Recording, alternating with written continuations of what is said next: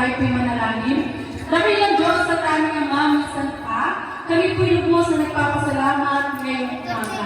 Salamat po sa buhay ng bawat isa sa amin, nagkakala kami, na aming po nakasama ang aming po kapatid na si Sister Abel, bagamat sa pag-uwi niya sa lugar na ito, ay kalungkutan ang kanyang inuwi. Pero salamat sa kanyang buhay na ang kanyang magulang ay kasama mo sa iyong piling. Kaya minsan pa, sa buhay po ni Ate Abel, salamat po Ama sa lakas, tatag ng loob na ibinibigay mo sa kanya na kahit sa pag-uwi niya sa lugar na ito, naroon Panginoon yung puso niya, yung kagalakan niya, na mag-encourage pa ng bawat tao na maglilingkod sa iyo. Kaya dalangin po namin na sa kanya pong buhay, Panginoon, na kung paano siya ingatan mula sa pagpalis na sa Italy hanggang sa lugar na ito, na kung paano niya naranasan niya ang pag-iingat, ang pabor at pagpapala na kanya po naranasan. Ganun din po ang dalangin po namin sa kanya pong buhay.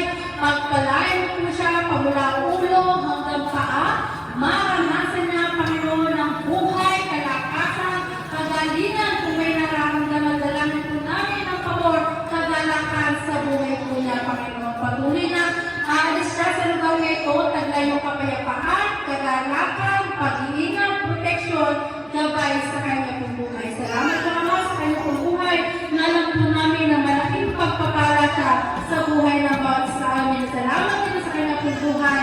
Ginamit mo siyang instrumento ng mga nakaraang taon, Panginoon, na pinagpala niya ang lugar na ito, Panginoon. Salamat na sa kanya pong mga kasamahan, maging siya, Panginoon, na ginamit mo instrumento. Kaya kami po'y dumadalangin, sumagana ang pabor, pinansyal, physical, spiritual, material, ang aming po'y dinideklara sa buhay po ng aming kapatid na si Ate Abel. Salamat po, Ama.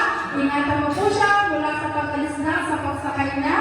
Dito po, Panginoon, sa lugar po ng puno, hanggang siya po'y makarating sa airport, hanggang siya po'y makarating sa Italy. Ang kanya pong pamilya na kanya pong iniwan doon. Pagtuloy mo rin pagpalain ng kanyang asawa, maging ang kanyang pong mga anak, pamula pa kanya hanggang gusto. Maging sa kanya pong amo, bagamat siya natin kung may karamdaman din, Lord, ingatan at pagpalain po yung kanyang amo. Babalik po siya, Panginoon, na malakas, malusog yung kanyang pong amo, at ganoon din po ang kanyang pong pamilya. Salamat po. Kung po yung gusto pinagpupurihan namin, pinasasalamatan sa buhay ng bawat sa lalo tigit sa buhay po ng aming kapatid na si Ate Abel. Sa iyo po ang papuri, sa iyo po salamat sa pangalan ni Jesus. Amen. Okay po, mag-teacher taking